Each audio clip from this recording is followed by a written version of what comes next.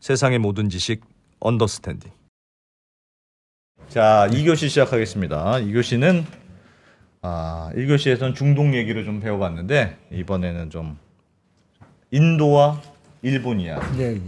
인도하고 일본은 무슨 관계가 있는지 잘 일단 듣기에는 별로 그렇게 탁 연결은 안 돼요. 네, 탁 연결은 안 되는데 예. 하여튼 오늘은 또 요 두 나라에 대해서 우리가 잘 모르는 해외 원조 저희가 살짝 옛날에 배워보긴 했는데 네. 해외 원조가 그냥 어려운 나라를 선진국에서 도와주지 이런 것보다 아니라 생각보다 다 뒤에 꼼수가 있다. 네. 내가 도와주려면 다 목적이 있어. 내가 그냥 도와주는 거 아니야. 네. 내가 그냥 돈 주는 거 같지. 너 나중에 누가 돕는지 잘 기억해야 된다. 네. 이런 국제 관계가 있는 것 같아서 그런 해외 원조의 뒷이야기를 정말 잘 해주실 분을 저희가 어렵사리 모셨습니다. 수출입은행의 김기상 부장님, 어서 오십시오. 안녕하세요. 네. 네, 안녕하세요. 네. 지금 하신 업무 해외 원조 이런 수출입은행에서 그런 업무를 담당하시죠. 아예 네, 그렇습니다.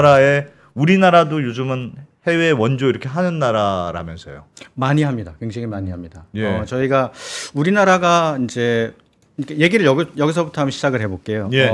전 세계에서 원조를 굉장히 많이 주는 소위 말하는 선진국이 한 31개 나라 정도가 모여서 네. 소위 말하는 이제 선진 공여국들이죠. 예. 그래서 이제 그 나라들이 모여서 이제 작은 클럽을 만들어서 그 클럽에서 원조를 이렇게 주자 아니면 저렇게 주자 규칙도 정하고 그런 걸 하는데 예. 그 나라들이 얼마나 원조를 많이 줬는지를 쭉 한번 이렇게 순서대로 세워놓으면 우리나라가 31개 나라 중에서 한 15등, 16등 정도 합니다. 오, 그렇게 많이 해요? 맞습니다. 그리고 우리나라의 그게 또 우연찮게 또 어떤 순위하고 또 맞아 떨어지냐면은요. 예. 대충 암산을 해보시면 우리나라 GDP가 한 1,900조, 2,000조 정도 되거든요. 예. GDP 순서대로 나라의 순서를 또 쭉 매겨보면은요. 우리나라가 또 우연찮게 한 15위, 14위 정도 돼요. 그러니까 그게 좀 비슷하게 많이 맞는 거죠. 대충 우리는 그러면 그냥 체격에 맞게 어느 정도는 하는 셈이다. 그럴지 아닌지는 이제 한번 들어보셔야 됩니다. 네, 그게 굉장히 재미있는 질문이에요. 예. 어떻게 보면은 제가 이제 오늘 일본하고 인도 얘기를 하면서 예. 사실은 맨 마지막에 그 질문을 한번 던지고서는 이제 자리를 뜨고 싶거든요. 그래서 그 질문을 아주 마지막에 하기로 하고요. 예. 원조 얘기를 시작하기 전에 이제 좀 약간 지루하지만 한두 가지 용어만 제가 정리하고 넘어가겠습니다. 예, 좋습니다. 국제개발협력이라고 해가지고 이제 속칭 말하는 이제 국제개발협력이라고 하는 게 얘기를 해보면 그러니까 일단 이런 거죠. ODA. 네, 이제 뭐 들어는 것 같아요. 네, 국제개발협력부터 먼저 설명을 드릴게요. 일단 이렇습니다. 형편이 좀 나은 나라가, 형편이 조금 먹고 살만한 나라가 그 나라의 나라든 사회단체든 종교단체든 교육기관이 형편이 조금 안 좋은 나라의 정부나 사회단체나 민간기관이나 뭐 종교단체나 교육기관에 굉장히 여러 가지로 도와줄 수 있어요. 돈도 줄 수 있고 기술도 지원해 줄 수도 있고 데려다가 교육도 시킬 수 있고 네. 굉장히 넓은 개념이죠. 이제 국제개발협력이라고 하는데 요 큰 집합에서 조그만 집합을 하나 어떻게 빼낼 수 있냐면 그 재원을 그 돈을 주는 나라의 공여국이라고 저희가 부르는데 주는 나라의 국민들이 낸 세금을 재원으로 하는 거를 이렇게 빼낼 수가 있겠죠. 종교단체 빼내고 교육단체 빼내고 민간사회단체가 지원하는 걸 빼놓고요. 예. 그래서 안 대표님이나 백 기자님이나 저나 시청자분들이 내신 우리나라 국민이 낸 세금 세금으로 중에. 그걸 재원으로 해서 6,000km, 7,000km 떨어진 그러니까 안 대표님이나 백 기자님이나 제가 죽기 전에 한 번도 가볼 일이 없는 그 나라에 예. 병원을 세우고 학교를 세우고 우물을 파고 백신을 사다 줍니다. 왜 그래야 됩니까? 왜 그러냐 이거죠. 왜 그러냐 이거죠. 아니 뭐 물론 좋은 일이긴 합니다만 인도주의적으로는 좋은 일인 뭐 인정해요. 근데 네. 우리나라 내에서도 쓸 돈이 많다. 자, 그러면 이제 일단 이렇게 얘기하고 시작. 자, 이 정신 나간 그 짓을 얼마나 많이 하고 있느냐, 전 세계적으로 얼마나 많이 하고 있느냐 보면 1960년대 이후로 그냥 물가 상승 없이 대충 더했습니다. 한 6,240조 원 정도를 네.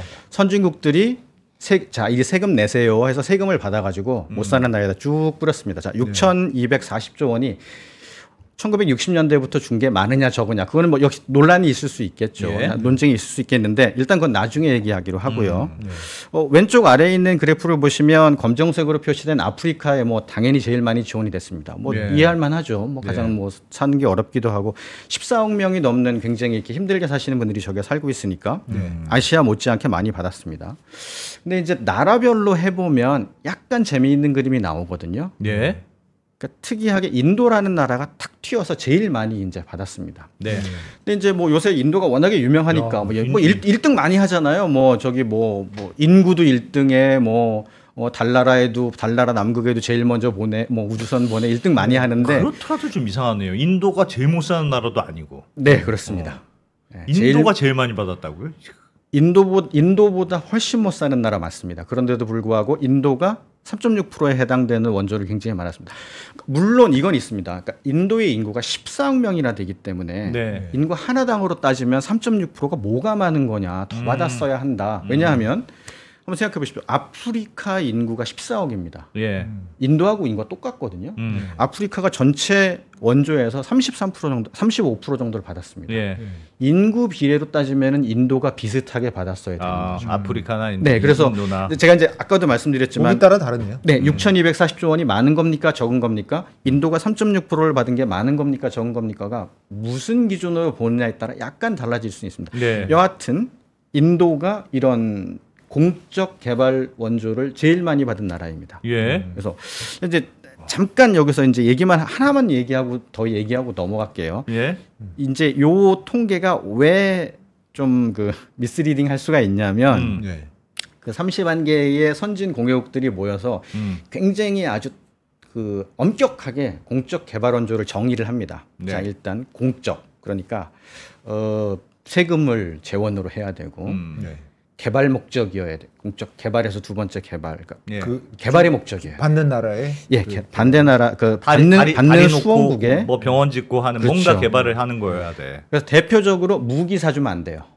예. 그건 예. 빈곤 뭔지 알겠어요. 퇴치나 개발이 아니니까. 그건 당연할 것 같긴 합니다. 맞습니다. 그리고 세 번째 키워드가 원조이기 때문에 시장 금리로 똑같은 주면 안 돼요. 싸게 줘야 돼요. 싸게 줘야 됩니다. 저희가 이거를 이제 뭐 이제 영어로 표현하면은 뭐 컨세셔널리티라고 부르는데 예.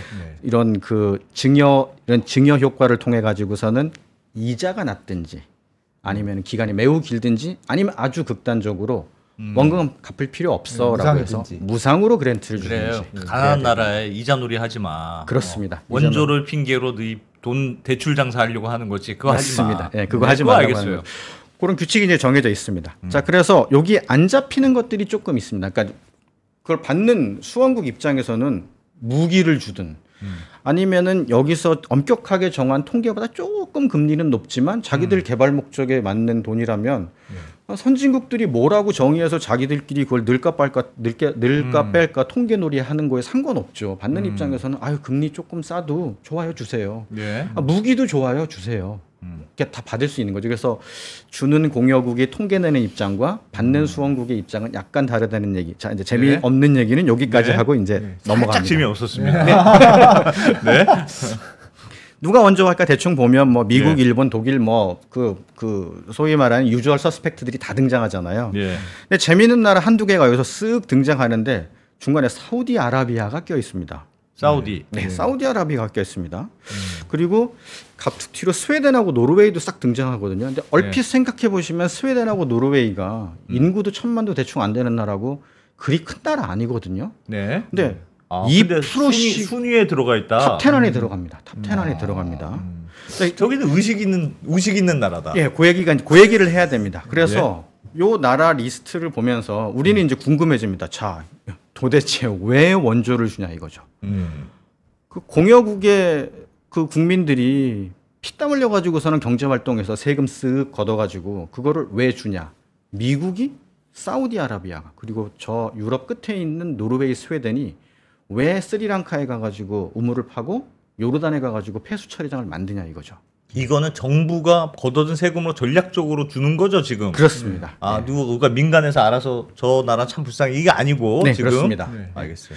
그래서 통상 한 3개 정도로 학자들이 나누거든요. 그래서 첫 번째 그룹이 자기네 나라의 정치적인 지정학적인 이익을 실현하기 위해서 원조를 주는 나라들 그룹이 이제 대충 하나로 이제 구성이 됩니다. 그래서 네. 미국이나 뭐 프랑스 같은 나라들. 그래요. 뭔가 바라는 게 있는 거죠. 네. 그냥 주는 돈은 세상에 없습니다. 미국 같은 경우에는 70년대 80년도에 전체 원조의 한 3분의 1 정도를 이집트하고 이스라엘에 아주 쏟아 부었습니다. 예. 중동이 너무 시끄러우니까 아예 거기다 쏟아 부었거든요. 프랑스 같은 경우에는 2010년대 중반 전까지 거의 상당 부분의 원조를 자기네 이전 식민지 국가, 아프리카 국가들한테 이제 줬습니다. 예.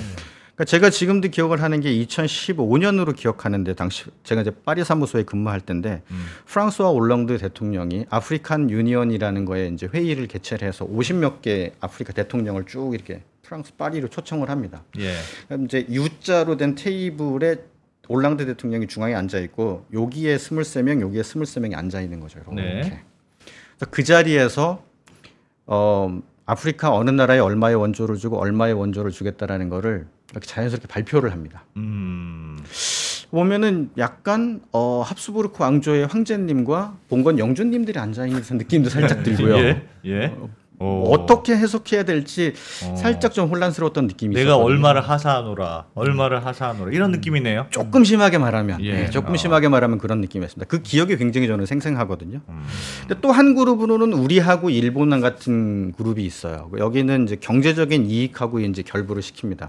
해외 투자를 많이 한 나라에다가 우리나라 기업이 많이 가 있으니까 일본 기업이 많이 가 있으니까 거기다 원조를 주는. 그렇다면서요. 이게 원조를 주는 게 수출은행을 통해서도 하잖아요. 네. 그래서 이제 대외 원조 수출은행이 그런 공식 정부의 돈을 원조할 때 수출은행이 중간에 끼는 거고. 그래서 예를 들면 캄보디아에 그 원조를 했어요. 그럼 거기 다리 만들 때는 야 그건 우리가 돈 줬으니 다리는 현대건설이 해야지. 그렇죠. 뭐 이렇게 네. 한국 기업이 가서 저 주는 거라면서요. 그러니까 네. 생각해 보면 완전히 공짜는 아니고 우리도 먹을 건 있다. 맞습니다. 그런 논리인 거잖아요. 맞습니다. 예. 이제 조금 압니다. 예. 많이 알고 계시는 것 같아요. 예. 마지막으로는 굉장히 좀 특이한 그룹이 이제 스칸디나비아에 있는 그 국가들 여러 가지 면에서 많이 튑니다. 요 국가들 얘기는 좀 뒤에 이따가 할게요. 예. 자, 그래서 이제 오늘의 주제 이제 인도로 한번 인도만 쏙 뽑아가지고 보면 뭐 대충 어느 나라가 주는지가 이제 감이 옵니다. 일본 얘기 좀 이따 할게요. 뭐 세계은행, 굉장히 세계 3위의 세계 3위의 경제를 가진 독일, 세계 최강 대국인 미국, 뭐 옛날 그 원조 옛날 식민지 지배 국가였던 영국, 뭐 이런 나라들이 원조를 주고 있어요. 근데 떡하니 1등으로 등장하는 나라가 이제 일본입니다. 밑에 저 파란색이 일본이 1위예요. 인도에서. 26%. 위에 있는 파란색 일본이 이제 일본입니다. 자, 근데 마우스를 여기 이렇게 가르치셨어요. 네, 숨어 있는 1등이 사실은 있습니다. 제가 이제 아까 뭐 그 굉장히 엄격한 통계 기준 얘기하면서 이제 살짝 이제 시청자분들이 빠져나가셨을 텐데 예. ADB가 숨어 있어요. 여기 아시아 개발은행이 아시아 숨어 있어요. 개발은행. 예. 지원하는 금리가 저기 정한 OECD 원조 국에서 정한 금리보다 조금 높은 금리를 주거든요. 그러다 보니까 그러니까 통계에서는 빠져 있는데 거기가 일본하고 비슷하거나 조금 더 많이 줘서 사실은 어떻게 보면 이제 진정한 일인 ADB인데 뭐 여하튼 어쨌든 여하튼 어쨌든 일본이 매우 많다. 네, 그렇습니다. 인도는 일본이 제일 많이 지원해. 야 그래요. 인도가 요즘 그렇게 잘 나가는데도 지원을 엄청나게 받기도 하고 일본이 집중 뭔가 노리는 게 있는 거네요. 네, 그렇습니다. 그래서 옆에 있는 그 추세를 지금 봐도요. 인도에 대한 공여국들이 이제 1960년대부터 1960년대부터 2022년 정도까지 나라별로 어느 정도 이렇게 비중을 차지하는지를 봤을 때도 예. 예. 특히 최근 한 4, 5년 사이에 예. 폭발적으로 증가하는 저 일본의 그래프에 비중. 파란색인 거죠? 일본입니다. 파란색 일본입니다. 파란색 어마어마하게 일본인 늘었네. 거죠? 폭발적으로 증가하는 일본의 비중에 다들 이제 놀라고 있습니다. 물론 이 표에서도 와. 숨겨져 있는 1등 ADB가 ADB가 또 빠져 있으나. 있긴 하지만 예. 그래서 결론적으로 봤을 때 지금 당장 요 시점에 인도에 대해서 원조를 주고 있는 공여 주체 큰 세 개를 꼽으라고 하면 일본과 아시아 개발은행이 보통 30억에서 30억 불 정도로 1등, 2등을 내겐내그로 이렇게 싸우고 있고요. 예. 그다음에 세계은행이 조금 떨어져 가지고 한 30억 불 정도로 해서 요 세 개의 기관이 한 100억 불 정도를 주고 나머지 독일, 미국, 영국, 뭐 우리나라 이렇게 해 가지고선 거기가 합쳐서 한 20억 불 정도 되는 매우 독특한 공여 집단을 구성을 하고 있거든요. 야, 저기에 보면 절반 이상이네요. 거의 장난 아닙니다. 절반까지는 아닌가? 하여튼 굉장히 많네요, 일본이. 장난 아닙니다. 최근 들어서는 제가 이제 ADB 뉴델리 사무소에 근무하시는 굉장히 고위직 분을 만나서 이제 오랜 시간 얘기할 기회가 있었는데 이분이 굉장히 캐주얼하게 얘기하시는 거예요. 예. 과거 30년 동안 ADB의 최고 고객은 중국이었지만 예. 앞으로 30년 동안 아시아개발은행의 최고 고객은 단연코 인도가 될 것이다. 우리도 그걸 알고 있고 인도도 그걸 알고 있다. 굉장히 단언을 하시더라고요. 그래서 뭐 아시아개발은행도 그렇고 일본도 그렇고 예. 뭐 굉장히 엄청난 돈을 뭐 이제 쏟아붓고 있는 거죠. 자, 그럼 이제 다시 한번 또 물어봐야 됩니다. 자, 그러면 이 나라들이 왜 인도에다가 이렇게 많은 원조를 주나? 그렇습니다. 네. 일단 뭐 비단결 같은 가슴과 사슴 같은 눈망울을 갖고 뭐 이 나라의 1인당 GNI가 2,500달러밖에 안 되니까 너무 막 불쌍해서 막 가슴이 찡해서 줄 수도 있죠. 예. 아니면 인도가 가지는 지정학적 중요성 때문에 뭐 줄 수도 있는 거고요. 예. 또 하나는 뭐 이야 이거 진짜 떠오르는 시장이니까 미리 가서 선점해야 돼. 뭐 이런 여러 가지 이유로 줄 수 있는 거겠죠. 이제 세 가지 그 여기 있는 집합에 이제 그 말하자면 철학들이 이제 그렇게 나와 있는 거겠죠. 네. 일본은 뭘 봤을까요, 인도에서? 자, 일본하고 인도하고 얘기를 좀 하기 전에 1944년 4월로 우리가 한번 가봐야 됩니다. 야, 요거 뭔가 역사 배경이 있나 보구나.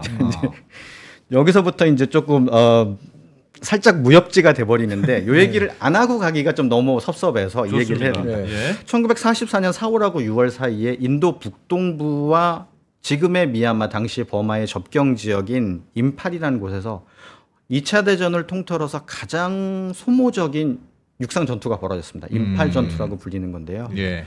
연합군도 한 10,000명 이상 사망했고요. 아이고. 일본군도 거의 5만 명이 넘게 사망했습니다. 예. 문제는 일본군이 전투에서 죽은 사람보다 그 밑에 있는 그 무타구치 렌야란 분이 그 우리나라 밀떡분들 사이에서 굉장히 유명한 분이거든요. 예.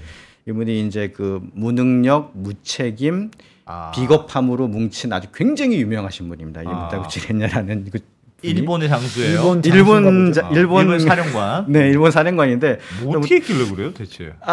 뭐 보급이 뭐가 필요하냐 오로지 전진이다. 보급은 거기 현지에서 땅 파먹는 거죠. 뭐 이런 생각을 가진 양반이었어요. 그러니까 무조건 공격이군요. 예, 뭐 그러니까 뭐 가서 뭐 전투를 제대로 해볼 수도 없었고 기아와 질병에 시달리던 장병들이 퇴각하다 3, 4만 명이 사망을 합니다. 얼마나 참혹했든지 지금도 일본에서는 시작 안 해도 망할 게 뻔히 보이는 거를 임팔이라고 부르는 그런 속어가 남아 있을 정도라고 합니다. 자, 이제 여기서 끝나는 게 아니고요. 요 전투가 특히 일본 우익들한테 어떠한 느낌의 전투였냐면은 여기서 좀만 더 서진하면 인도 아대륙을 점령할 수 있는 결정적 전투에서 패한 거였어요. 예. 말하자면 일본의 서진이 여기서 막혔거든요. 그래서 제가 의도적으로 2017년 10월 4일 재팬 포워드라는 영어 신문에 나온 기사를 보고 거기서 의도적으로 이 지도를 가져왔는데 네.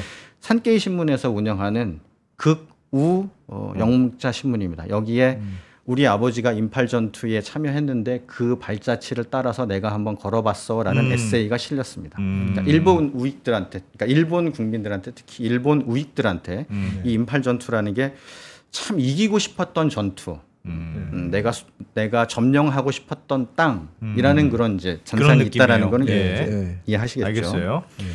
그러면서 이제 정확히 14년 후에 무슨 일이 벌어지냐면 여기 그 인도를 당시 총리였던 기시 노부스케 총리가 이제 인도를 방문하셔가지고 당시에 인도 총리인 자와할랄 네루 총리의 이제 환대를 받습니다. 멋진 환대를 받고 뭐 굉장히 좋은 시간을 보냈어요. 그 이후에 자와할랄 네루 총리께서는 답방을 또 하십니다. 양국 간에 왔다 갔다 하는데 딱 이 전투가 있었던 지 정확히 14년 후에 일본 정부가 이런 형편이 어려운 나라를 돕기 위해서 만든 ODA 론 제도를 최초로 만들어서 그 최초의 대출을 전 세계에 있는 나라 중에서 콕 찍어서 인도한테 줍니다. 일본이? 네, 콕 찍어서. 뭐 적은 돈이 아니었습니다. 180억 엔 가까이 줬으니까. 그 당시에 180억 엔이면 굉장히 큰 돈이었죠.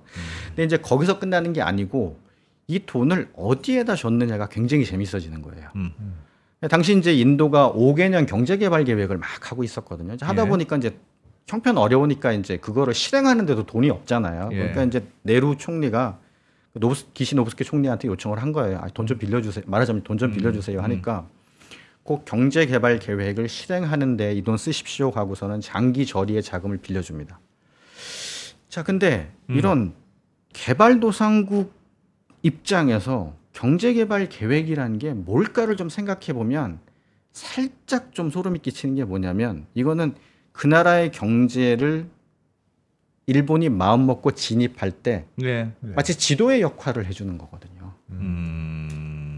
어느 산업을 발전시키고 어느 지역을 발전시키고 어떻게 유통망을 짜고 하는 어떻게 공급망을 짜고 하는 이거를 말하자면은 자 펼쳐서 보여줘봐 라가 된 거죠. 그러니까 어느 지역에 가서 자 우리 다리 놓자 어느 지역에 가서 학교 짓자 어느 지역에 가가지고 백신 놔줄게를 지원한 게 아니고 일단 너희가 지도로 보여줘봐. 경제 개발 계획 다 까봐 이렇게 한 거죠. 아 그렇게까지 해야 됩니까? 원래 그런 식으로 하는 거예요? 근데 왜 그렇게 했는지를 생각해 보면 살짝 더 찝찝해지는 게 뭐냐면 이 기시노부스케라는 분이 어떤 예. 분이었냐면 예. 그 왼쪽에 있는 사진 보면은 굉장히 그 찝찝한 사람하고 같이 옆에 앉아서 사진을 찍었습니다. 예. 도조 히데키죠. 저분 이제 전범 재판 받아서 아마 제가 알기로는 사형 선고 받으신 걸로 알고 있는데 전 양반하고 같이 옆에 앉아서 사진을 찍은 이유가 뭐냐면 이 기시노부스케 그 당시 화면을 총리가 볼까요? 예. 예.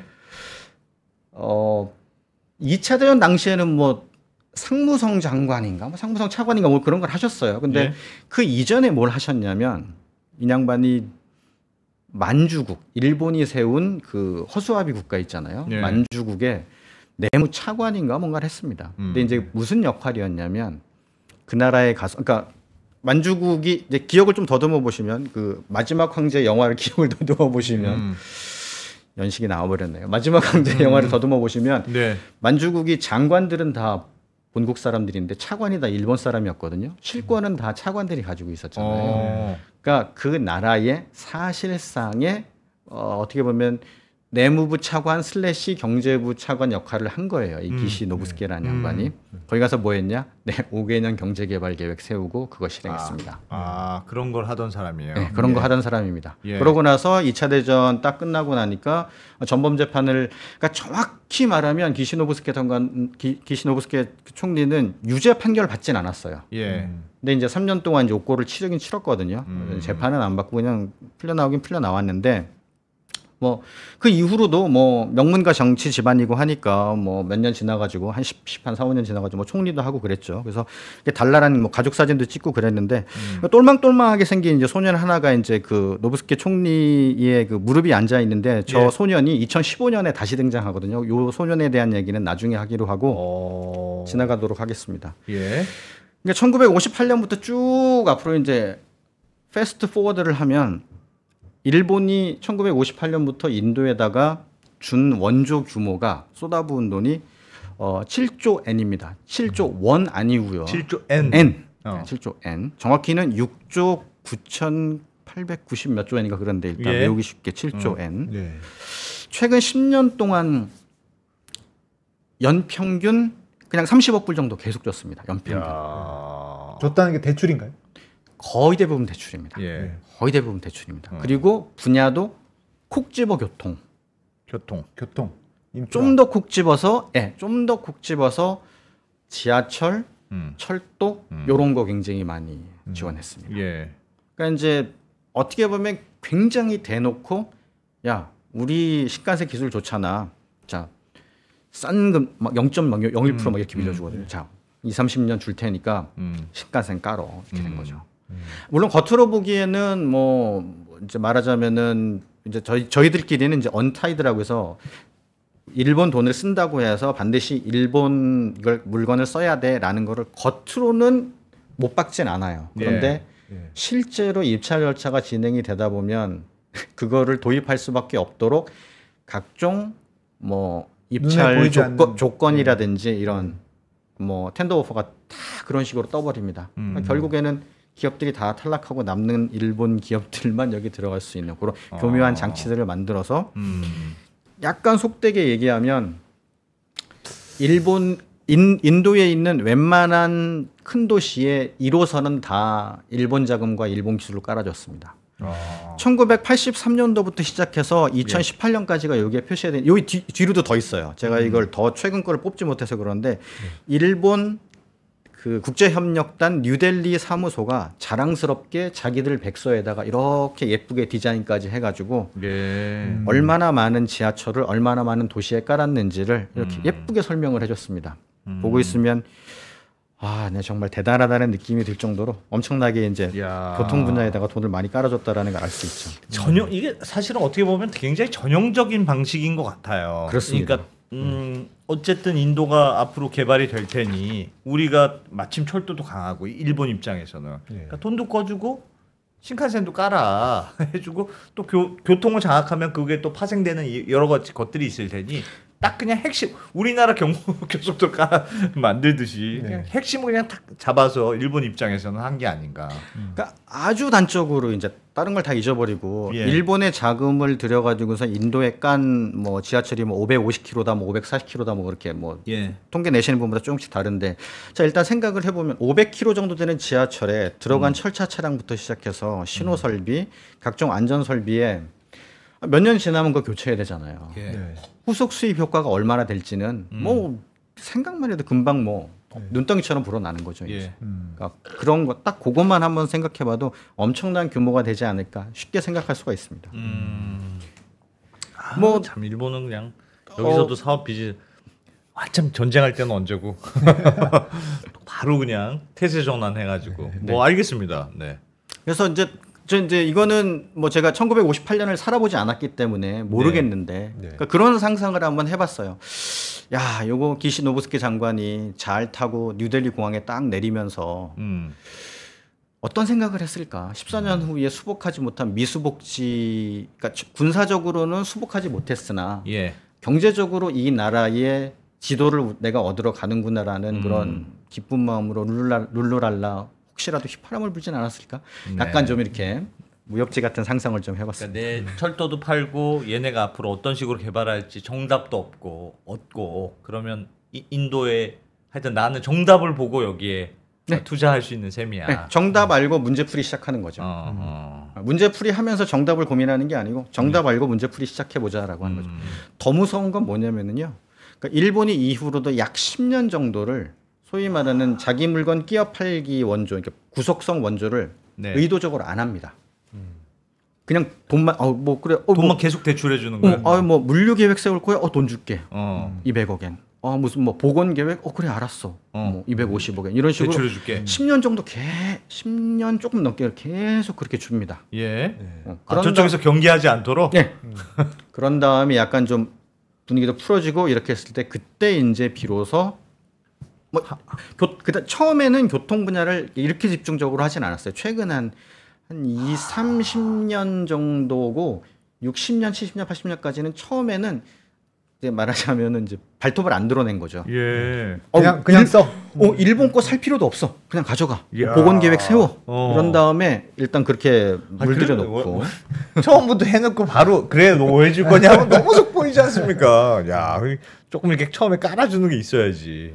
그래서 지금은 뭐 이제 지하철뿐만이 아니고요. 다른 교통 분야 랜드마크 사업들도 굉장히 많이 이제 일본 돈을 받아가지고선 하고 있거든요.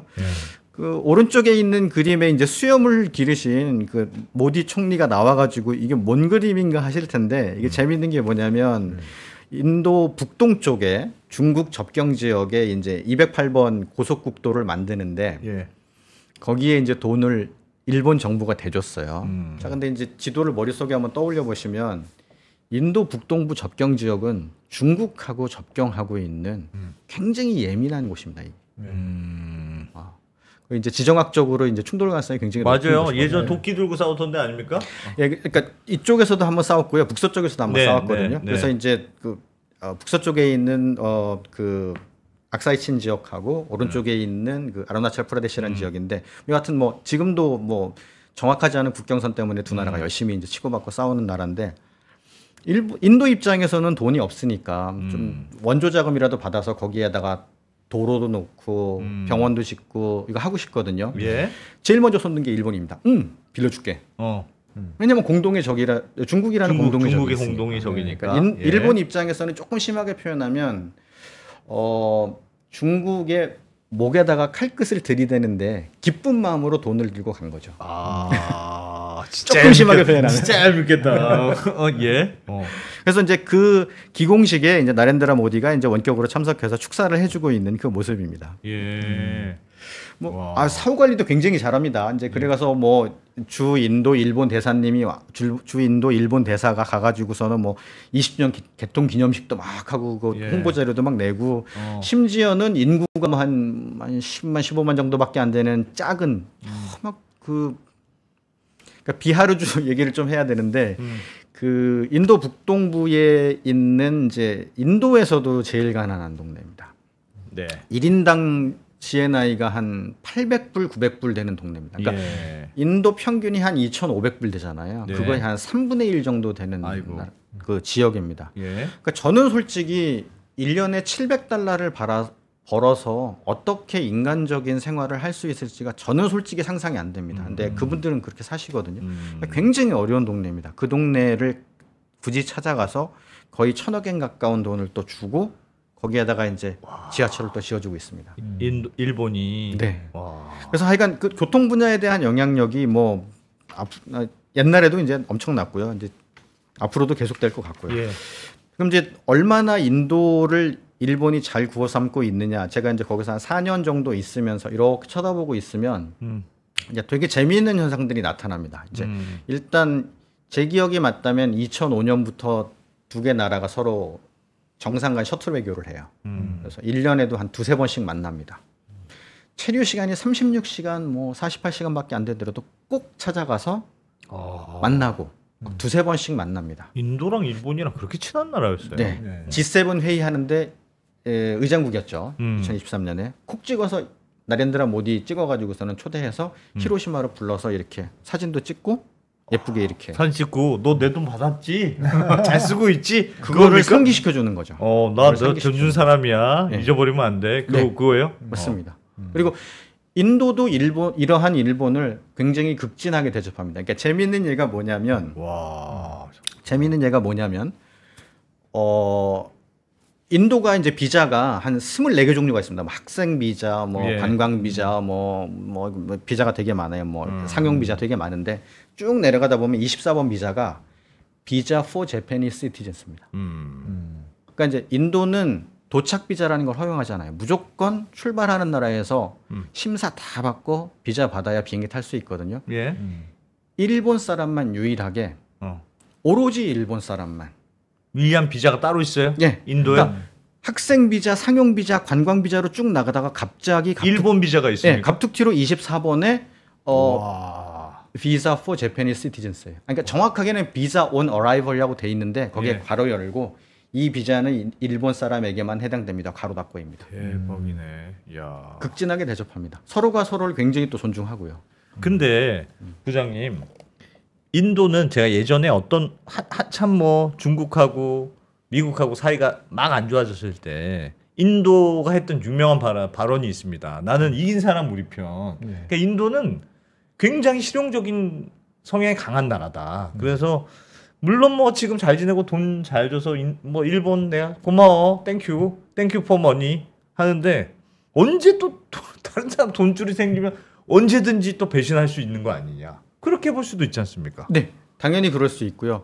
한 두세 가지 정도 한번 생각해 볼 수 있습니다. 이제 인도 외무부 장관인 그 자이샹카르 장관이 했던 굉장히 뭐 지금도 하고 돌아다니고 있는 굉장히 유명한 말이 인도의 외교의 목적은 오로지 하나다. 전략적 자율성. 그러니까 이제 전략적 자율성이 말이 멋있어서 그렇지 그냥 쉽게 풀어서 말하면 내 맘대로 할 거야잖아요. 인도는 인도 편이야 항상. 그거 그 발언이에요. 네, 나는 오로지 내 편이야. 하거든요. 그러니까 일본도 그걸 알고 있는 거죠. 예. 네, 인도도 조금 심하게 말하면은 글쎄 이런 표현이 어울릴지 모르겠지만 언제든지 효용같이 다 하면은 이제 일본은 빠이빠이 할 수 있어라고 서로가 서로 그렇게 알고 있긴 알고 있죠. 근데 워낙에 뭐 투자하고 있는 규모라든지 아니면은 뭐 원조 받는 규모라든지 이런 게 지금 워낙에 압도적이기 때문에 그러니까 거기서 제가 궁금한 점은 인도는 언제든지 인도는 항상 인도의 편이니까 지금은 돈을 줘서 일본인들에 대해서 좋고 잘해주지만 그게 사실은 일본 입장에서 말이 되려면 이 지금의 투자가 나중에 장기적으로 돌아올 거라는 뭔가 믿음이 있어야 되는데 그렇죠. 그게 맞는 장사일까? 물론 뭐 이게 여기에는 인도적인 것도 있겠습니다만 인도적인 걸 만약에 제외하고 비즈니스적인 투자였다고만 생각하면 이게 지금은 내가 많이 물론 뭐 철도도 좀 깔고 하겠으나 이게 나중에 장기적으로 돌아온다는 보장이 있을까? 그게 보장이 돼야지만 일본도 야, 일본은 정말 무시무시한 놈들이네. 정말 진짜 지도면밀하구나. 그런 느낌이 들 텐데 그게 아니고 그냥 원조하고 돈 그냥 지금 받아 먹는 거 정도면 잘 모르겠다. 그런 생각이 들었어요. 일본이 실제로 1960년대부터 어느 나라에 추세적으로 원조를 제일 많이 줬는지 제가 뭐 약간 심심해서 한번 뽑아봤거든요. 그러니까 대충 이제 어떻게 흘러가냐면은 1970년대, 80년대 정도까지는 지금 인도 정도 되는 나라를 되게 많이 지원했습니다. 필리핀, 인도네시아 이런 나라들. 그 나라에 아시다시피 인도 자동차 공장 되게 많이 들어가 있고 조금 속된 말로 인도의 경제 속국이다시피 굉장히 이제 일본에 대한 경제적 의존성이 높아졌잖아요. 그러니까 일본이 뭐 제가 뭐 일본 정부를 의논해서 제가 뭐 어떻게 할 수는 없겠지만 말하자면 그 다음 타겟을 이제 찾은 거죠. 말하자면 고개를 조금 돌려서 자 그러면은 이 친구들은 이만큼 컸으니까 이 수원국들은 많이 커가지고 우리나라 경제하고 이제 말하자면은 효용 관계가 굉장히 이만큼 높아졌으니까 그 다음 두 번째 인도네시아가 될 나라, 두 번째 필리핀이 될 나라는 어디일까? 제 생각에는 그걸 인도라고 생각하고 있는 것 같아요. 그래서 인도라는 나라에 1970년대, 80년대, 90년대까지를 10년 주기를 한번 끊어보면 보통 인도네시아, 필리핀, 베트남이 이렇게 왔다 갔다 하면서 1등을 하고 인도가 아주 가끔 전체 수원국 중에서 1등을 했는데 2016년인가 5년부터는 그냥 무조건 다 인도가 1등입니다. 일본이 주고 있는 전체 원조의 9%를 인도가 받았습니다. 누적액으로. 9%를. 그냥 계속 때려받고 있는 거예요. 그게 이전에는 동남아시아였었는데 인도네시아였다가 필리핀이었다가 베트남이었다가 분위기가 삭삭삭삭 바뀌면서 지금은 제 기억이 제가 정확하게 확인 못했는데 2015년인가 2016년부터는 인도 입장에서 돈을 제일 많이 주는 그러니까 국제기구가 아니고 인도 입장에서 돈을 제일 많이 주는 공여국은 일본이고요. 일본 입장에서 돈을 제일 많이 주는 수원국이 인도입니다. 양 국가가 서로가 서로에게 1등이에요. 2016년인가 아마 그때부터 그렇습니다.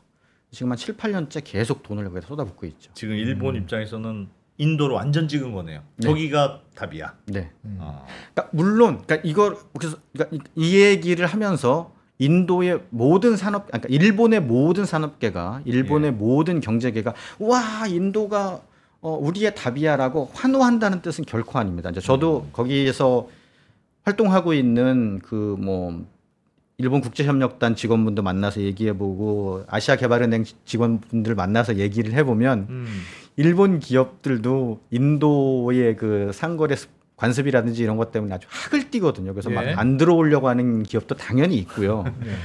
그래도 난 들어가 볼래 하는 기업들도 있고요. 스펙트럼이 되게 다양하긴 하거든요. 그래서 뭐 모든 일본 기업, 모든 경제계가 야 인도가 답이야 이렇게 하진 않아요. 뛰어들어가진 않지만 그래도 비교적 길게 보고 인도로 들어오는 이제 일본 기업들이 되게 많은 거예요. 그럼 그 말은 왜 동남아시아에 가보면 일본 차 많고 일본 뭐든지 일본이야. 뭐 동남아 가면 일본이 뭐 하여튼 싹쓸이한 느낌이 들지 않습니까? 도요타차 뭐 그냥 뭐 그냥 자국 차였네 보면 일본에서 부품 수입해가지고 조립한 차. 뭐 이런 것들 이런 느낌인데.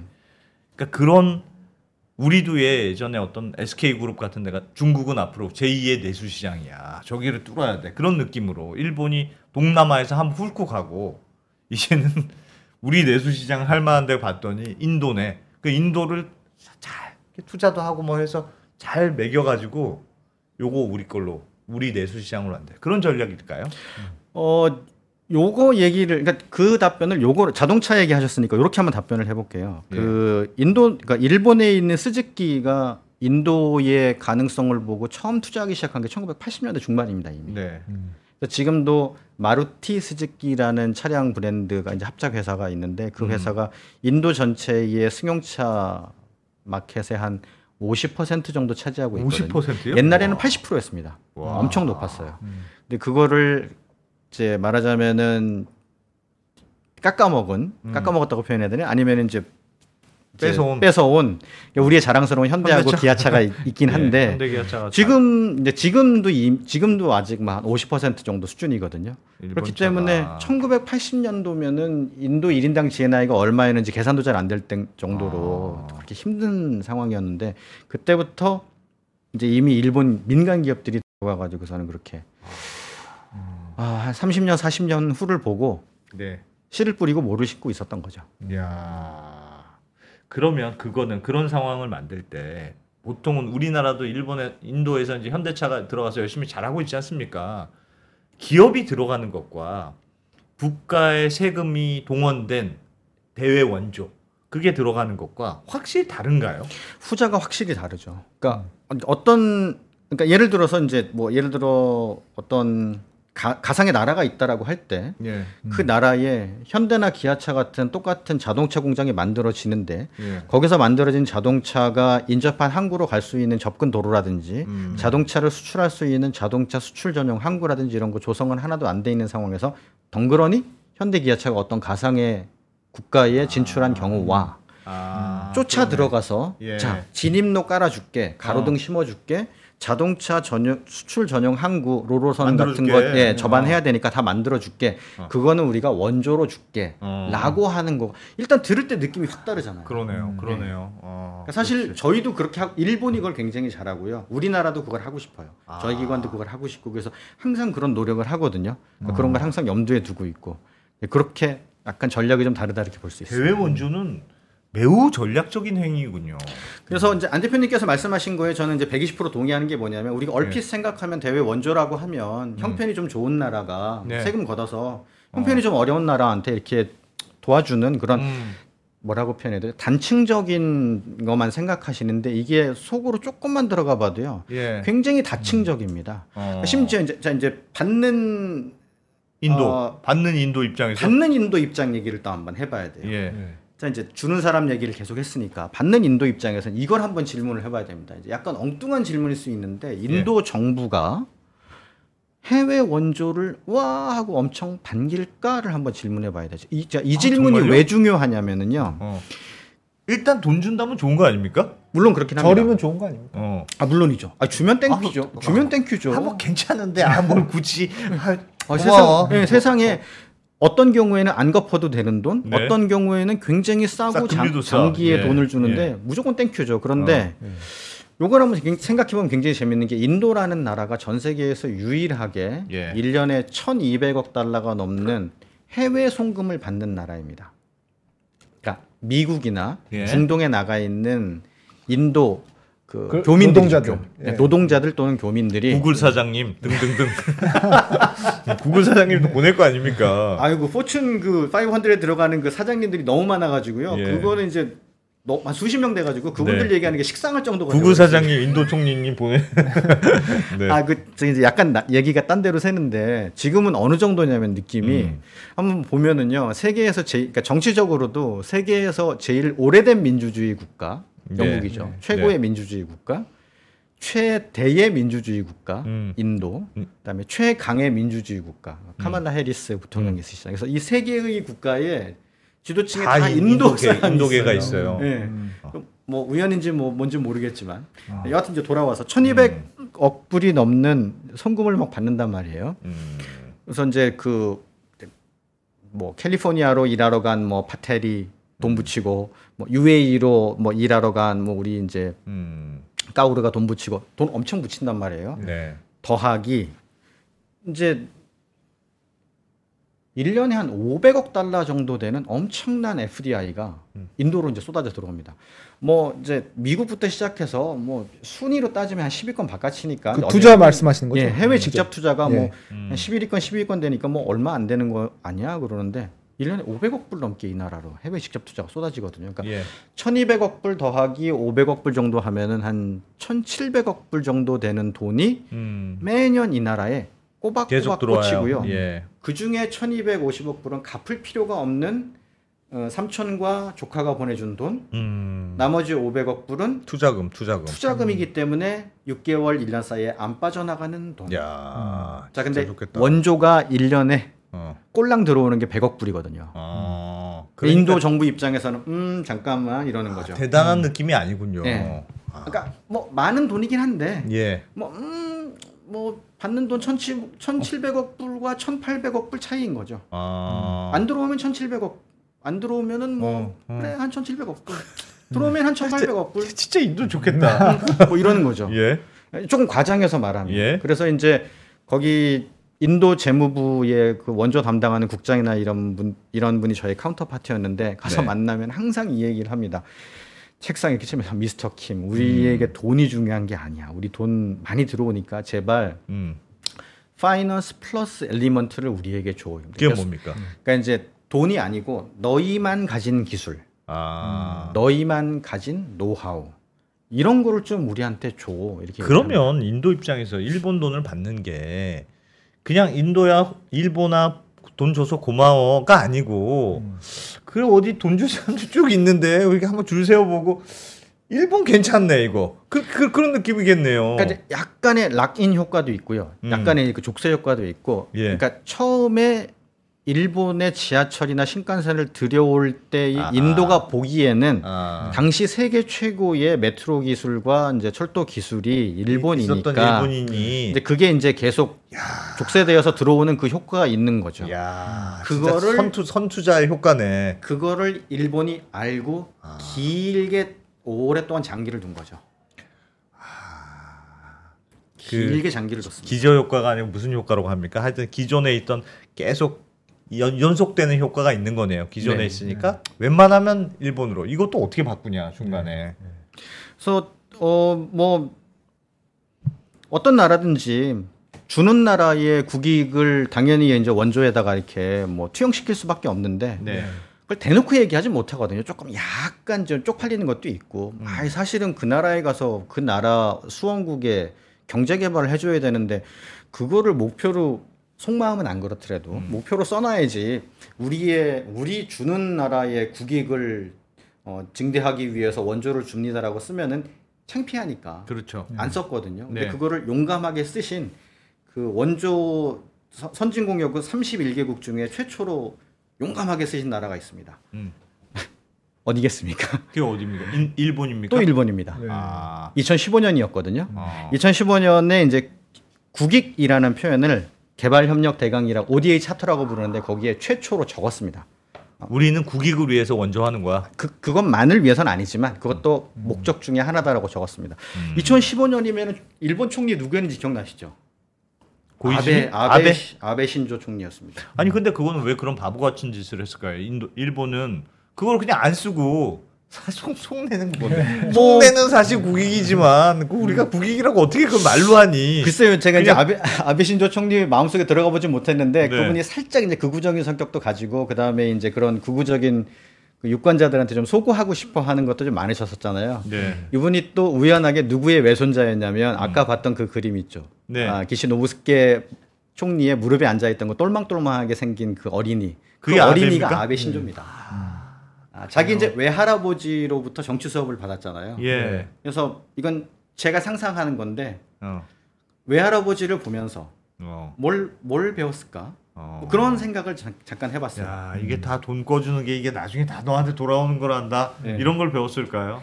요거를 보고 어. 영국 그 다음에 몇몇 개의 나라가 아주 명시적으로 돈을 주는 우리나라의 국익을 도모해야 된다라는 말을 명시적으로 쓰진 않았지만 비슷한 표현을 넣기 시작합니다. 15년 이후로 2017년을 전후해가지고 그때가 또 하필이면 미국에서도 그 헤어스타일 특이하신 분이 대통령을 하실 때고 굉장히 말하자면은 협력적이고 다원적이었던 세계 질서가 굉장히 경쟁적이고 보호무역주의적인 되고. 분위기로 바뀌던 시기였잖아요. 그러니까 예. 여러 개가 이제 한꺼번에 연결이 돼 있는 거죠. 예. 그럼에도 불구하고 인도는 어쨌든 원조를 받을 형편이 안 되는 나라였 아니 혹은 안 받아도 굳이 되는 나라인데 어쨌든 일본의 돈을 여전히 많이 받고 있다. 네, 받고 있다라고 표현해도 됩니까? 네, 내가 그렇죠. 선택한다. 네. 받는 걸 선택한다. 인도 그렇게 표현해도 됩니까? 네. 그러니까 심지어는 그러니까 요 얘기를 한번 해볼게요. 이제 대부분의 개발도상국은 그러니까 우리가 생각하면은 이 세상에는 돈을 주는 공여국만 있고 예. 돈을 받는 수원국만 있을 것 같은데 흑백으로 갈라져서 예. 굉장히 많은 개도국이 수원국이면서 동시에 공여국입니다. 받으면서 자기도 딴 나라 도와줘요. 아 그래요? 그러니까 이게 특이한 게 아닌 게 우리나라도 아 그래요? 그러니까 시청자분들이 잘 모르시지만 우리나라도 소액이긴 하지만 1999년까지 우리나라도 원조 받았어요. 1999년까지. 지금 우리나라는 맨날 그거 선전하는 게 그냥 쌀가루 받던 한국이 원조 받던 한국이 지금 원조 하는 나라가 됐습니다. 여러분 코리아 화이팅 그거지 않습니까? 네. 1999년도까지 소액이긴 하지만 원조를 받았거든요. 근데 네. 이제 시청자분들이 조금 깜빡하시는 게 뭐냐면은 우리 그거보다 거의 한 20년 전부터 물론 소액이긴 하지만 원조 주고 있었거든요. 그러니까 두 개가 겹치는 거죠. 네. 우리도 주면서 다 받았어요. 받으면서 주고 받으면서 주면서 주고 받고. 그러니까 개인도 상황이 좀 안 좋으면 이렇게 큰 돈 도움 받다가 뭐 예. 3천 도움 받지만 또 옆집이 좀 어려우면 가서 또 우리도 뭐 국도 끓여주고 하잖아요. 그러니까 그렇죠. 도움 받으면서 그럴 우리도 수 도와주잖아요. 있지. 예. 그러니까 나라끼리도 비슷한 거죠. 대부분의 개도국이 수원국이면서 또 동시에 또 굉장히 공여국이기도 합니다. 그래요. 인도 그렇고 터키 그렇고 아. 뭐 되게 많아요. 그런 나라들이 되게 많거든요. 그래서 이 표 보시면은 우리나라가 뭐 작년에 뭐 한 31억 달러, 뭐 32억 달러 이렇게 돈을 줬는데 그거에 비교하면 예. 인도라는 나라가 주위에 있는 나라한테 주는 뭐 규모라는 게 해봤자 뭐 한 7억 달러, 8억 달러 이 정도밖에 안 되니까 솔직히 뭐 한 우리나라의 한 4분의 1 뭐 이 정도 수준밖에 안 되니까 뭐 네. 엄청나게 큰 금액은 아니죠. 그럼에도 불구하고 부탄 같은 나라에다가 한 3억 달러씩 돈 주고 뭐 아프가니스탄에도 돈 주고 막 방글라데시에도 돈 주고 자기 옆에 살고 있는 그런 나라한테 뭐 적으면 몇 천만 불, 많으면 몇 억 불씩 또 이렇게 또 도와줍니다. 예. 네팔 같은 나라는 저도 가봤지만 1인당 GNI가 한 1,300달러 정도 되는 나라거든요. 진짜 형편이 좀 많이 어려우세요. 그러니까 이제 인도가 또 이제 거기다가 돈을 또 원조를 해주는 거죠. 원조 그래서 해주고. 그래서 이제 인도 입장에서는 받으면서 또 자기 주변에 있는 나라들한테 원조를 주면서 자기들이 목표로 하는 외교적인 목표나 이런 거를 다시 한번 또 투사를 시키는 거죠. 그래서 우리 얼핏 생각하는 야 형편 좋은 나라가 형편 나쁜 나라한테 돈 빌려주고 데려다가 장학금 주고 교육시켜주고 하는 단면적인 거하고는 너무 얘기가 많이 달라져요. 이제 듣다 보면 아니 인도가 원조를 줘? 아니 자기보다 못 사는 나라에 원조를 준단 말이야? 뭐 이런 거부터 시작해서 이제 얘기가 굉장히 이제 다층적으로 흘러가 버리는 거죠. 이제. 예. 알겠습니다. 야 인도하고 진짜 일본은 하여튼 남이 아닌 사이가 되고 있는 거네. 우리도 좀 전략적으로 인도 시장이라는 게 어마어마하게 커질 걸로 예상이 되는데 좀 우리도 그럼 원조로 하든지 아니면 원조 비슷한 거라도 하든지 네. 이왕 어딘가에 원조를 할 거면 그런 좀 시장이 크고 잘 될 것 같은 데다 원조하는 게 맞는 전략 아닙니까? 그래서 한 두 가지 정도를 말씀을 드리면 우리나라가 여태까지 역대 원조한 금액을 저도 한번 통계를 한번 내봤거든요. 예. 어느 나라에 제일 많이 줬을까 한번 해봤는데 우리나라 어디다 많이 하고 있을까요? 단연코 베트남입니다. 베트남. 네. 아 그것도 뭔가 약간 전략적인 게 있는 것 같네요. 너무나도 전략적이죠. 당연하죠. 어. 네. 그리고 24억 불, 5억 불 정도로 줬습니다. 굉장히 많이 줬어요. 예. 원조를 한 나라에다 20억 불 넘게 쏟아붓는다는 건 굉장한 커미트먼트거든요. 아. 그 밑으로 있는 나라들이 한 절반 정도 되는 나라들이 뭐 방글라데시, 뭐 필리핀, 뭐 이런 나라들이 한 12억 불, 11억 불 이렇게 돼서 이제 다 우리나라 기업들이 많이 들어가 있는 나라들이잖아요. 지금 안 대표님이 말씀하신 인도도 저희가 23년도에 처음으로 1억 불을 뭐 일본을 의도적으로 따라한 건 아닙니다만 예. 인도가 세우는 물류 계획 세우는 데다가 저희가 1억 불을 이제 꼬리표 안 달고 대출을 해줬어요. 자 이거를 꼬리표 안 달고 해줬던 아까 이제 무슨 말이에요. 특별하게 다리 짓는데, 특별하게 도로를 까는데 이 돈을 콕 집어서 쓰고 한국 기업이 거기 가서 말하자면 공사하도록 해야 돼. 그거 아니고 라고 하지 않고 그냥 꽂은 순수하게 그냥 꽂은 빌려줬습니다. 거. 예. 근데 그거를 아무 생각 없는 그런 분야에다가 빌려준 게 아니고 콕 콕 집어서 물류 분야를 저희가 찍었어요. 아, 물류 분야에서 쓰면 괜찮아? 네. 그래서 저희도 희망하고 기대하는 건 뭐냐면 저희들이 돈이 거기 가가지고 쓰이면서 이제 프로그레스 리포트 같은 거 이런 거 경과 보고서 받거든요. 예. 받으면서 우리도 인도가 어느 분야에 어느 나라에 물류를 어떻게 발전시킬지를 저희도 좀 정답 보고 아, 정말. 들어가고 싶어요. 야. 우리 정부의 생각이고 저희 기관의 생각입니다. 아. 그러니까 일본을 뭐 솔직히 말하면 솔직히 고백하면 따라한 거죠. 약간 돈 주고 문제지 빼오는 돈 좀 내고 문제지 좀 이렇게 빼오는 약간 그런 느낌인데. 그러니까 우리 정부도 약간 지금 태도가 바뀐 게 예전에는 예. 콕 찍어서 그 도로 까는 사업이 콕 찍어서 공항 만들어주는 사업이 네. 우리나라 기업 공사하는 우리나라 기업하고 1대1로 연결돼야 된다라는 거에 굉장히 이제 집착을 했었는데 예. 우리 정부도 원조 규모가 2조 원, 3조 원, 4조 막 늘어나고 있거든요. 그러다 보니까 떡밥의 중요성을 알게 된 거죠. 그래서 우리 정부 세련된 원조. 그렇죠. 네, 네. 야. 국제사회에서 보기에도 되게 멋진 원조 겉으로 보면 싹 멋있게 포장되어 있는 그런 원조를 이제 하기 시작을 한 거죠.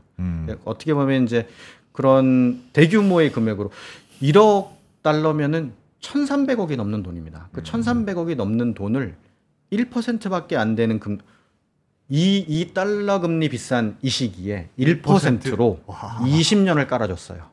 20년 이후에 갚으면 돼. 그러니까 천천히 20년 동안 갚으라 이거죠. 이제. 대신 너네 나라의 물류 계획을 우리하고 공유해줘 이거죠. 강남 학원가에 정답하는 거하고 비슷한 느낌인데. 야, 그거는 그래도 의미는 있는 것 같은데요. 네. 어차피 우리는 원조를 해. 어느 정도 일정 수준. 그러니까 우리나라의 규모의 사이즈는 어느 정도는 원조를 하는데 어려운 나라의 원조를 하는데 그 원조를 그냥 다시 인도주의적으로만 하지 말고 뭔가 이걸 비즈니스랑 연결시켜서 해보자. 그런 컨셉이네요. 네, 네. 그래서 이제 두 가지 정도만 짧게 말씀을 드리면 예. 우리나라의 모든 원조가 예. 이제 다 이렇게 경제적인 목적을 가지고만 들어가진 않습니다. 물론 당연히 진짜 이 어려운 인도가 나라에 있어요. 가서 인도 백신 유적이 사주고 있어요. 깨끗한 우물을 파주고 이런 예, 거 예. 물론 많이 하고요. 우리나라가 원조를 주면은 100만 원을 준다라고 하면 그 중에 60만 원 넘게가 예. 안 갚아도 됩니다. 아. 무상 원조예요. 진짜 힘든 나라 가가지고. 부장님 수출입은행에서 너무 비즈니스가 강조된 것 같아서 지금 바로 만회 모드로 네, 우리 너무 되게 인도적인 돈 얘기하는 거죠. 약간 지금 찔려가지고. 예. 그래서 그거를 이제 굉장히 많은 기관들이 이제 하고 있고요. 저희처럼 이제 좀 이렇게 돈 냄새 풍기는 원조는 네. 한 30에서 40% 정도를 차지합니다. 그러니까 예. 진짜 다층적이고 어떻게 보면은 우리나라의 국익하고 연결되어 있는 복잡한 원조는 요 작은 돈에서 막 복잡하게 다이나믹하게 이루어지고 있는 거고요. 우리나라도 그런 힘든 나라에 가서 정말 따뜻한 마음으로 원조를 저희 원조의 한 60% 70%가 그렇게 나갑니다. 그러니까 그거는 저희가 이제 일단 인정하고 넘어가야 되고요. 두 번째로는 아까 맨 처음에 이제 질문으로 다시 돌아가야 돼요. 왜냐하면 우리나라가 1년에 원조를 한 작년 기준으로는 4조 7,700억 원 정도를 원조를 했거든요. 이게 얼핏 들으면 4조 원이란 돈이 안 대표님이나 백 기자님이나 저나 평생에 가볼 일이 없는 나라에 밟아볼 일이 없는 다리와 가볼 일이 없는 도로 그리고 볼 일이 없는 병원과 학교를 짓는 데 쓰여졌습니다. 세금이. 예. 예. 우리가 낸 피 같은 세금이. 자, 그러면 그 4조 7,700억 원이 많은 돈이냐 적은 돈이냐를 한번 생각을 해봐야 되는 거죠. 예. 이제 게다가 우리 정부가 앞으로 이거를 점점 더 늘려서 6조 원대만 이렇게 늘리겠다라고 얘기를 하고 있거든요. 그럼 얼핏 생각하면 야, 그 엄청난 돈을 우리나라의 노인 빈곤율이 얼마고 그렇지. 앞으로 통일하면 예. 돈이 얼마나 필요한데라고 생각을 해보면 4조 원, 5조 원, 6조 원이란 돈이 결코 작은 돈이 아니거든요. 예. 그런데 오른쪽에 있는 표를 보시면 제가 여기 2023년도 거로 업데이트를 해야 되는데 제가 며칠 전에 나온 거 제가 업데이트를 미처 못하고 2022년 거를 가져왔는데 이게 표를 어떻게 읽으셔야 되냐면 그 나라가 번 돈의 몇 %를 해외의 형편 어려운 나라에 도와주느냐입니다. 이게 퍼센트입니다. 위에 있는 게 0.5, 1.5가 %거든요. 그래서 예. 예를 들어 룩셈부르크나 스웨덴은 번 돈의 약 1% 정도를 해외에다가 원조로 줘요. 해요. 노르웨이도 한 0.8% 정도 주고요. 그러니까 100만 원 벌면은 10,000원 정도 해외에다 원조하는 거죠. 9,000원 정도. 예. 맨 끝머리에서 세 번째 나라 찾아보시면 예. 번 돈 중에 그러니까 100만 원 벌면 한 1,700원 정도 해외 원조하는 나라 있습니다. 예. 우리나라거든요. 이제 생각을 해보면은 이제 이거죠. 그러니까 굳이 비유를 하자면 우리나라 국민들은 1년에 해외에다가 원조를 한 $60 정도 합니다. 그러니까 한 달이 아니고 1년에. 1년에 해외 원조를 $60 정도 하거든요. 60불 정도 될 거예요. 그러면은 한 7만 5천 원 정도 되는 거죠. 나누기 12 하면은 한 뭐 6천 원 정도 되는 거죠. 예. 그래서 비유적으로 말씀드리면 우리나라 국민들은 해외 형편 어려운 나라의 국민들을 돕는데 한 달에 스타벅스 커피값 2잔도 안 쓰는 거예요. 좀 더 심하게 얘기하면 1년에 한 달에 1,000만 원씩 버시는 분이 한 달에 1,000만 원씩 버시는 분이 그런 나라에 가서 사람들 도와주라고 한 달에 17,000원도 안 쓰는 거예요. 그러니까 그렇게 생각을 해보면 4조 원이라는 돈이 과연 많은 큰 거냐 돈- 적으냐? 예. 우리가 한번 생각해봐야 됩니다. 그래도 저는 그걸 단순 비율로만 생각하기는 쉽지는 않을 것 같고 어쨌든 그 돈이 전략적으로 명분과 실리를 다 취하는 잘 쓰고 있느냐 없느냐로 결국 판단해야지. 양이 상대적으로 우리는 좀 박해. 그럼 좀 한국이 살짝 박한 나라일 수는 있습니다만 이렇게 막 왠지 형편이 우리는 아직도 그냥 여유 있는 것 같은 느낌이 안 들고 룩셈부르크는 좀 과하다 얘네는. 이런 나라들은 생각이- 이런 나라들은 보면 너무 비교가 안 되는 게 룩셈부르크는 뭐냐 저기 룩셈부르크 저는 아까 그 빈민층이 표 좀 없나. 보여주시면 어? 좀 눈에 띄었던 게 미국이 예. 생각보다 하위권이에요. 그러니까 맞습니다. 미국도 저렇게 안 하는데 미국이 우리라고 그랬나? 엄청 많이 하는 거는 그러니까 좀 오버 아닌가. 미국은 워낙에 경제 규모가 크고 이제 개인 소득이 높기 때문에 1년에 비율이라는 점을 감안하더라도 네. 미국도 좀 하위권이네. 총액 규모로 하면 굉장히 많긴 해요. 근데 이제 개인 비중으로 하면은 굉장히 작긴 하죠. 그러면 이렇게 질문 드릴 수 있어요. 오늘 굉장히 그 인도의 대외 원조를 많이 하는 일본의 얘기를 많이 케이스를 많이 하셨는데 인도 얘기는 아까 전에 그 비중도 우리보단 높고 매우 이 돈을 전략적으로 일본이 잘 쓰고 있는 것 같아. 그러니까 우리도 양도 조금 늘려야 하고 전략적으로 잘 쓰면 이게 단순히 버리는 돈은 아닙니다. 그 말씀을 하시고 싶은 겁니까? 네, 그렇습니다. 그러니까 일단 그러니까 그 우리 정부의 공식 입장은 아닌데 한번 이렇게 생각해 볼 수가 있어요. 우리나라가 2차 대전 끝나고 나서 1999년까지 받은 원조를 어렵게 통계를 내 가지고서는 다 더해 보면은요. 예. 대충 물가 환산을 하면은 70조 원 정도가 된답니다. 70조 원. 자, 그런데 이제 우리나라가 1980년대부터 시작해 가지고 원조를 주기 시작했는데 우리나라가 준 원조 물론 원조를 갚아야 된다는 의무는 없습니다. 근데 예. 우리나라가 해외에 준 원조가 35조, 36조 이 정도 됩니다.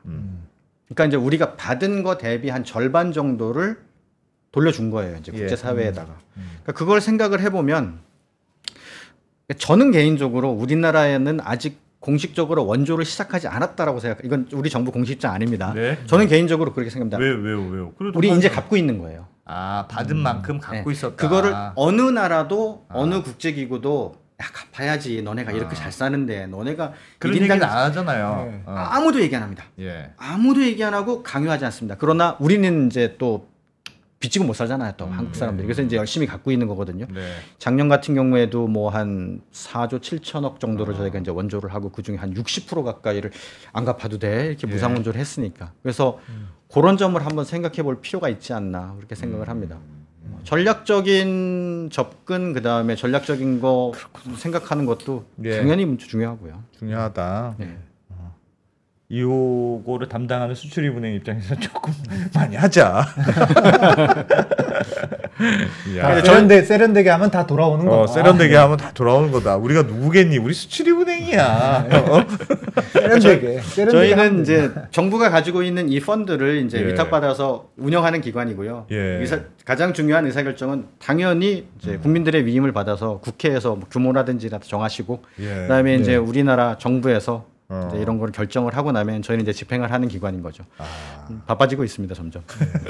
알겠습니다. 근데 야 ODA라고 하나요? ODA 영어로는 그렇습니다. ODA, 예. 한국말로는 대외 원조, 예, 공식 명칭은 뭐 공적 개발 원조라고 공적 개발 부르는데, 원조.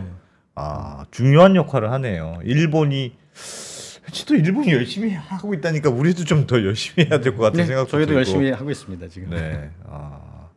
그런 보이지 않는 관계와 투자 이런 내막들이 좀 있는 모양이네요. 재밌습니다. 우리 예전에 수출입은에서 그 캄보디아 투자했던 얘기도 막 듣고 그랬었는데 이혜경 소장님 소장도 나오셨었고요. 재밌는 얘기 많이 들어. 네덜란드에 다리 깔아준 얘기 이런 것도 좀 들었는데 오늘은 인도 얘기도 들어봤네요. 야 시간 내주셔서 감사합니다. 불러주셔서 감사합니다. 듣도 보도 못한 얘기였는데. 그러니까 이거 수출입은행 내부에서도 잘 모를 걸요. 우리 네, 은행이 이런 거 이제 하고 있었어? 막 이러면서. 제가 뭐 한번 세봤어요. 이제 예. 우리나라 그러니까 다양한 직업군이 있는데 이렇게 이제 형편 어려운 나라에 가서 도와주는 일을 그러니까 이제 병행해서 하시는 게 아니고 전업으로 하시는 직업인이 몇 명이나 있을까 이제 한번 이렇게 세알해봤거든요. 네. 뭐 국무조정실, 기획재정부, 외교부에 근무하시는 공무원들 중에 이걸 전업으로 하시는 분 다 합쳐봤자 한 100명 될까? 그 저희 기관에서 한 200명, 또 한국국제협력단이라고 코이카에서도 한 500~600명 되시고, 그러니까 이 직업군에 있는 사람을 털고 털어서 한 1000명도 될까 말까 한 굉장히 작은 집단. 이 영상요 수출입은행 사내 교육용으로 써야 돼. 너 우리 은행 이런 거 하는지 몰랐지. 그래서 모를 겁니다 아마 다. 이야. 굉장히 작은 직업 집단입니다. 그래서 와. 이건 뭐 특이하고 재밌어요. 알겠습니다. 자 수출입은행의 김기상 부장님 말씀 재밌게 잘 들었습니다. 잘 고맙습니다. 들었습니다. 감사합니다. 고맙습니다. 네.